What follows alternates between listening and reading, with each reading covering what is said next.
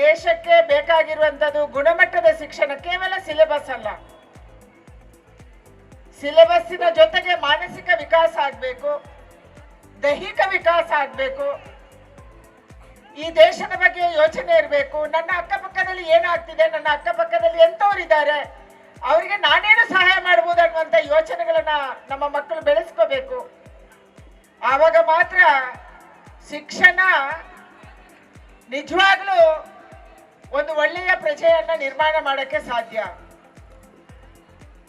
Degree ಪಡೆದಂಥವ್ರು ಎಲ್ಲರೂ ಕೂಡ ದೇಶಭಕ್ತರಾಗ್ತಾರೆ, degree ಪಡೆದಂಥವ್ರು ಎಲ್ಲರೂ ಕೂಡ ಸಮಾಜ ಸೇವಕರಾಗ್ತಾರೆ ಅನ್ನುವಂಥದ್ದು ಸುಳ್ಳು.